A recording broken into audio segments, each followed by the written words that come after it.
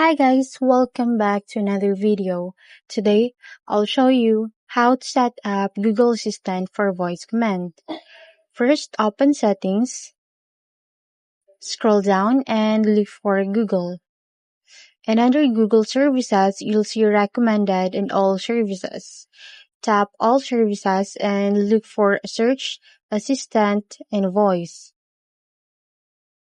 Tap Google Assistant and Voice Match. Under Hey Google and Voice Match, toggle on Hey Google. Next, follow the steps to train your voice if asked. Now you can say, Hey Google, to set reminders, check the weather, send messages, or even control smart devices. For example, Hey Google, set an alarm for 6 a.m.